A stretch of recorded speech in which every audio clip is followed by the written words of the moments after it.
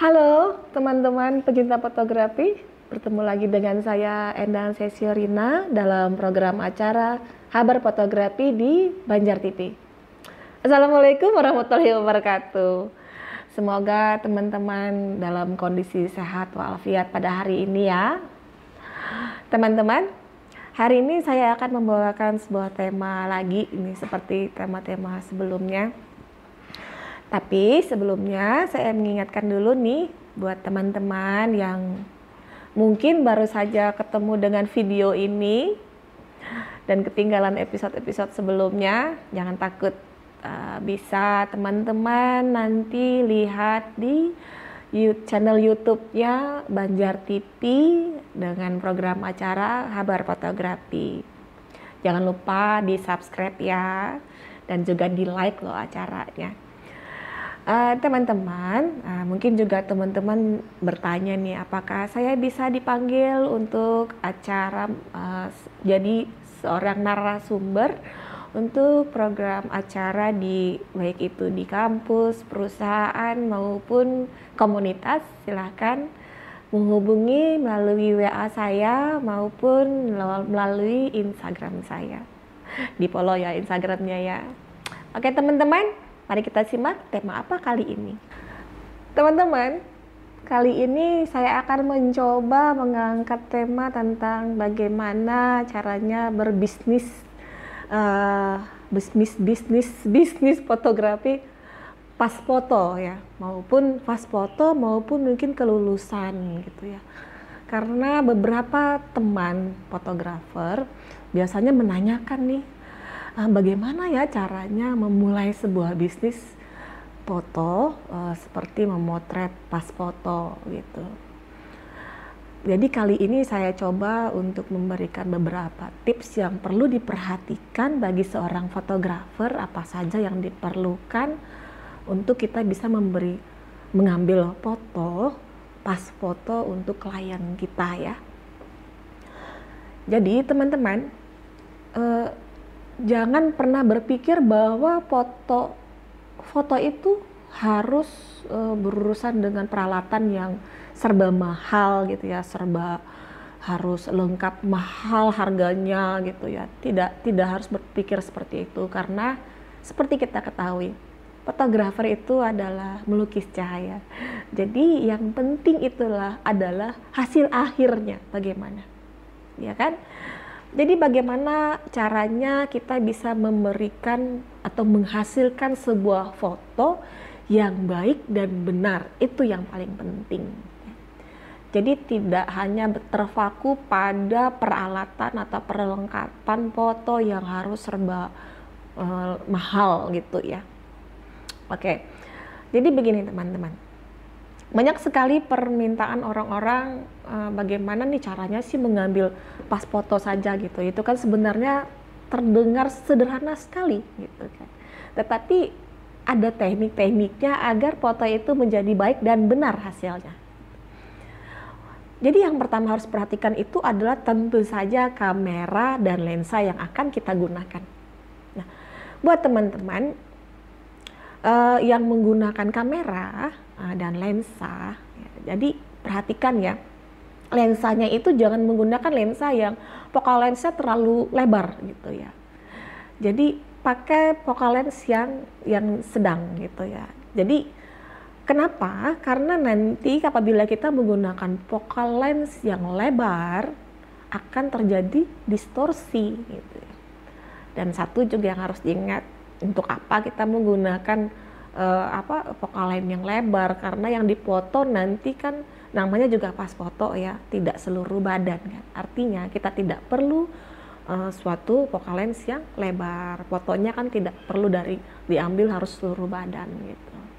Nah, terus berapa sih lensa yang cocok untuk kita membuat sebuah pas foto? Rekomendasi saya gitu, pada umumnya lensa yang bisa digunakan itu adalah lensa dengan focal lens 50 mm. 50 mm dengan aperture 1,8 atau 2,8 itu udah cukup ya. Jadi itu merupakan lensa yang bisa kita gunakan membuat pas foto. Jangan sampai kita menggunakan vokal line yang terlalu lebar.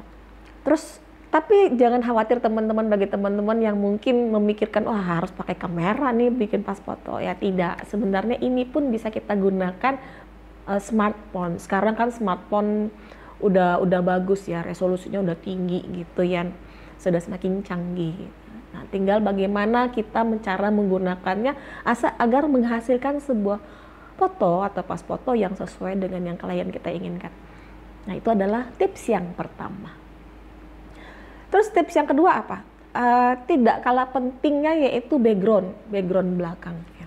Jadi kalau kita misalnya mau foto seseorang, tentu saja kan backgroundnya harus jelas nih, apa warnanya apa gitu ya. Terus apa yang kita gunakan untuk menjadikan background. Kalau biasanya yang kita ketahui, background ini biasanya kan ada permintaan khusus nih dari klien.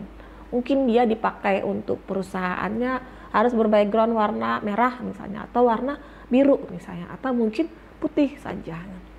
Yang pasti biasanya menggunakan warna yang polos-polos. Nah, saran saya kalau bisa background yang digunakan itu bukanlah background yang memantulkan cahaya, ya jangan yang mengkilap begitu. Jadi kalau bisa yang dope ya, berupa kain bukan kain yang mengkilap gitu ya, ataupun misalnya kertas atau karton yang tidak mengkilap. Nah, intinya itu saja yang harus digunakan. Nah, itu adalah 2 tips pertama yang saya berikan.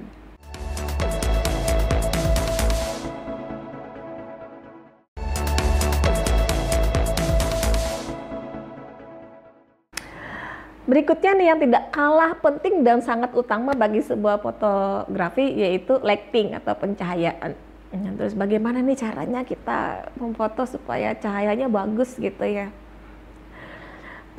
Kalau bisa kita menggunakan itu cahaya yang natural, ya natural light, yaitu cahaya yang dihasilkan oleh matahari. Tapi ingat ya, bagaimana caranya kita menggunakan cahaya matahari ini. Ada waktu-waktu tertentu yang bagus gitu untuk menghasilkan foto. Yaitu pada saat pagi hari jam 8 sampai jam 9 atau jam 10, tergantung nanti kondisi arah mataharinya. Atau malah di siang hari, atau arah ke sore hari maksudnya ya, itu adalah sekitar jam 3 ke atas gitu. Kenapa kita tidak menggunakan di waktu tengah hari gitu ya, antara range jam 10 ke atas gitu sampai jam 12 gitu atau jam 1. Kenapa? Karena saat itu matahari berada tepat di atas kepala kita, dan hal itu akan membuat apabila kita memfoto pada jam begitu, nanti wajah dari klien kita akan ada shadow ya. Shadow biasanya shadownya mata di bawah mata kita akan kelihatan agak gelap gitu ya. Nah, sehingga kita tidak bisa hanya menggunakan natural light, sehingga nanti mungkin kita perlu bantuan lampu lighting yang lain gitu, buatan gitu. Misalnya flash dari depan atau mungkin reflektor dari bawah agar kita bisa memberikan menutup shadow yang dihasilkan oleh matahari dari atas kepala kita. Nah, makanya perhatikan waktunya kapan kita menggunakan pencahayaan dari natural light ini.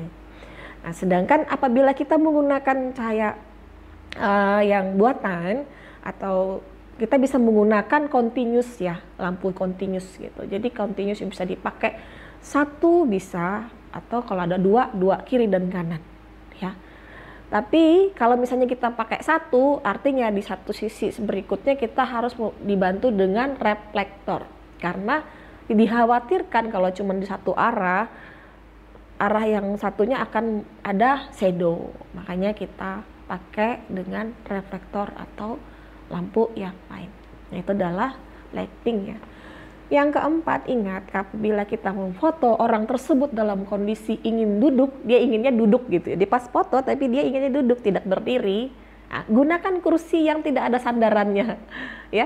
Kenapa? Karena nanti kan sandarannya kelihatan gitu ya.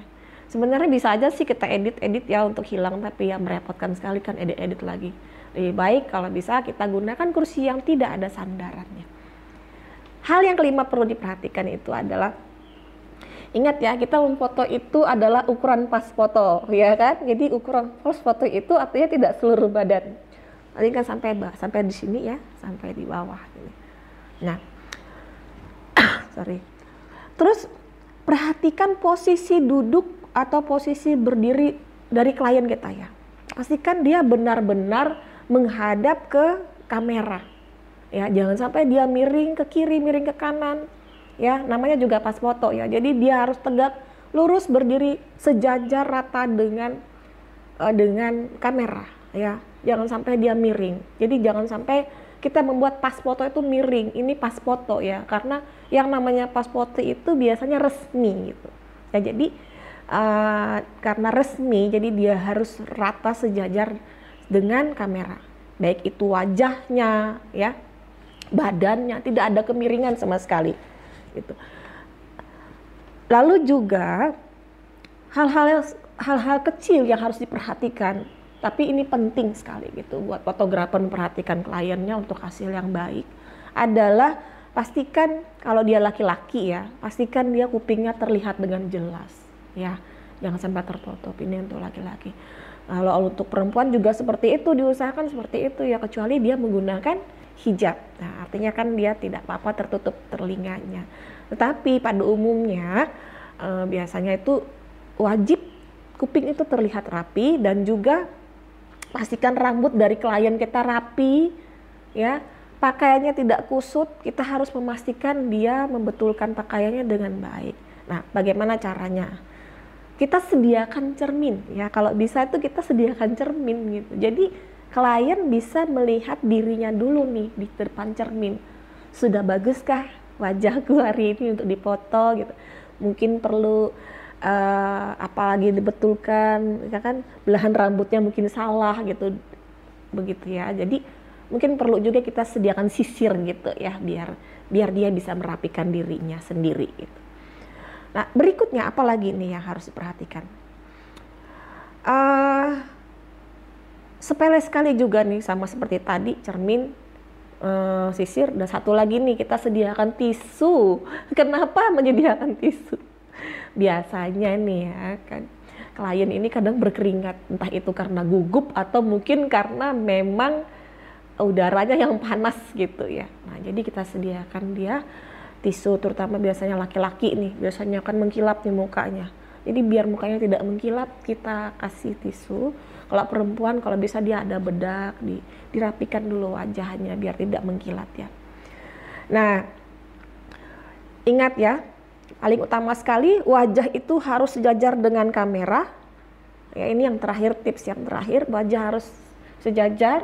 Dagu jangan terlalu condong ke atas karena nanti menunjukkan bagian di sini itu kurang bagus ya kalau kelihatan mendongak gitu. Tapi juga jangan terlalu menunduk. Jadi usahakan dagunya benar-benar rata sejajar dengan kamera. Perhatikan wajahnya dengan baik, sudah sejajar atau belum dengan kamera.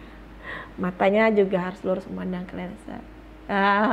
Itu tadi beberapa tips yang bisa saya sampaikan bagi teman-teman yang ingin memoto pas foto ya. Sederhana sekali sebenarnya, tetapi lumayan ribet sebenarnya. Hal-hal simpel yang harus diperhatikan teman-teman, ya itu sangat penting gitu bagi kita memulai bisnis pas foto. Oke teman-teman, tadi saya sudah menjabarkan beberapa tips ya, bagaimana memulai bisnis pas foto. Jadi banyak hal-hal yang harus teman-teman yang perhatikan dan siapkan agar hasil dari post foto itu bisa memuaskan klien kita. Jadi ingat teman-teman, tetap semangat ya, jangan juga berpikir bahwa fotografi itu harus dengan peralatan yang mewah. Tidak, tetapi gunakan peralatan yang sesimpel mungkin tetapi dengan hasil yang maksimal. Baik teman-teman, sampai bertemu kembali dengan episode berikutnya. Jangan lupa di subscribe YouTube-nya ya, dan jangan lupa ditonton programnya di Habar Fotografi Banjar TV. Sampai ketemu lagi.